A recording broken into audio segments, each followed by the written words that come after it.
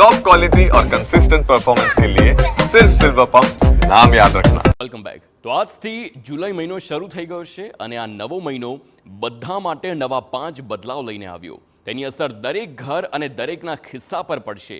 ઘરની રસોઈમાં ઉપયોગ થનારા એલપીજી ગેસ સિલિન્ડરની કિંમતોને લઈ ક્રેડિટ કાર્ડના વપરાશથી લગતા ચાર્જમાં વધારો થઈ શકે છે। ભારતીય રેલવે પણ 1 જુલાઈથી પોતાના નિયમોમાં બદલાવ કરવા જઈ રહ્યું છે।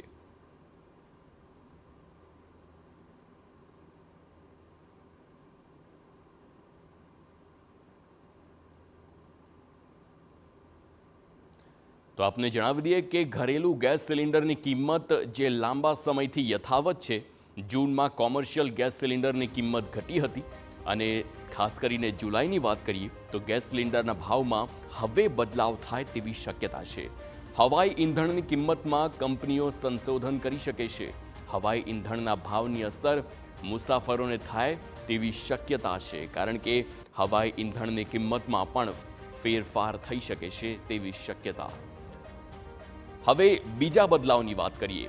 યુટિલિટી બિલ પેમેન્ટ પર એક્સ્ટ્રા ચાર્જ આપવો પડી શકે છે।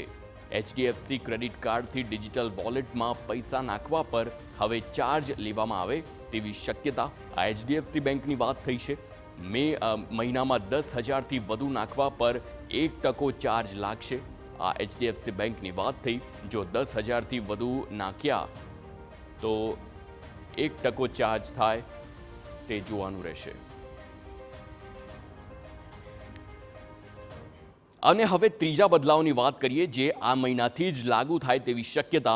તે ગ્રાફિક્સના માધ્યમથી સમજવાનો પ્રયાસ કરીએ, કારણ કે જો ત્રીજા બદલાવની વાત કરીએ તો આઈસીઆઈસીઆઈ એટીએમ ચાર્જમાં મેટ્રો સિટીમાં ટ્રાન્ઝેક્શન પર ચાર્જ લાગશે।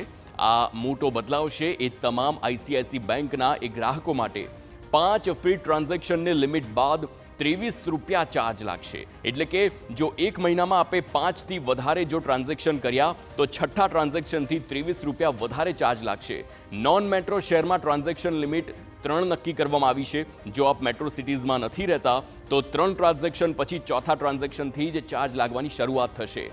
આઈએમપીએસ મારફતે રૂપિયા ટ્રાન્સફર પર પણ ચાર્જ લાગશે। એટલે કે આઈએમપીએસ એટલે કે તાત્કાલિક જો આપ રૂપિયા ટ્રાન્સફર કરો છો અને ઇમિડિયેટ ઇફેક્ટથી એ આઈએમપીએસ માધ્યમથી જ્યારે એ રૂપિયા ટ્રાન્સફર થાય છે તો હવે તેની પર પણ ચાર્જ લાગશે, જેનું ઓપ્શન એનઈએફટી છે। જો આપ એનઈએફટીથી કરો છો તો ચાર્જ નહીં લાગે, પરંતુ આઈએમપીએસથી લાગશે।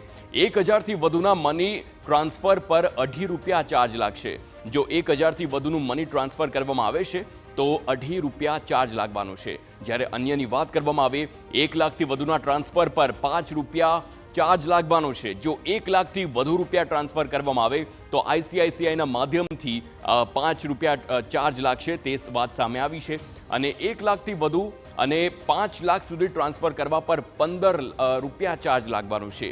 1 લાખથી વધુ એટલે કે 1 લાખને 1 રૂપિયોથી લઈને 5 લાખ સુધી જો ટ્રાન્સફર કરવામાં આવશે તો 15 રૂપિયા ચાર્જ લાગશે। આ વાત આઈસીઆઈસીની વાત કરી રહ્યા છે। આઈસીઆઈસીઆઈમાં આ પ્રકારે અલગ અલગ જે નિયમોમાં ફેરફાર છે જે આજથી થવાના છે એ તમામ આઈસીઆઈસીઆઈના ગ્રાહકો માટે, કારણ કે આઈસીઆઈસીઆઈ બેંક એ ખૂબ જ મોટી બેંક જેના ગ્રાહકો આખા દેશમાં ખૂબ જ વધારે છે અને તેવામાં મોટા પ્રમાણમાં એ આખા તબક્કાને મોટા ફેરફાર થાય અને આ ફેરફારની અસર તે લોકોને જોવા મળે તે ખૂબ જ અગત્યનું માનવામાં આવી રહ્યું છે।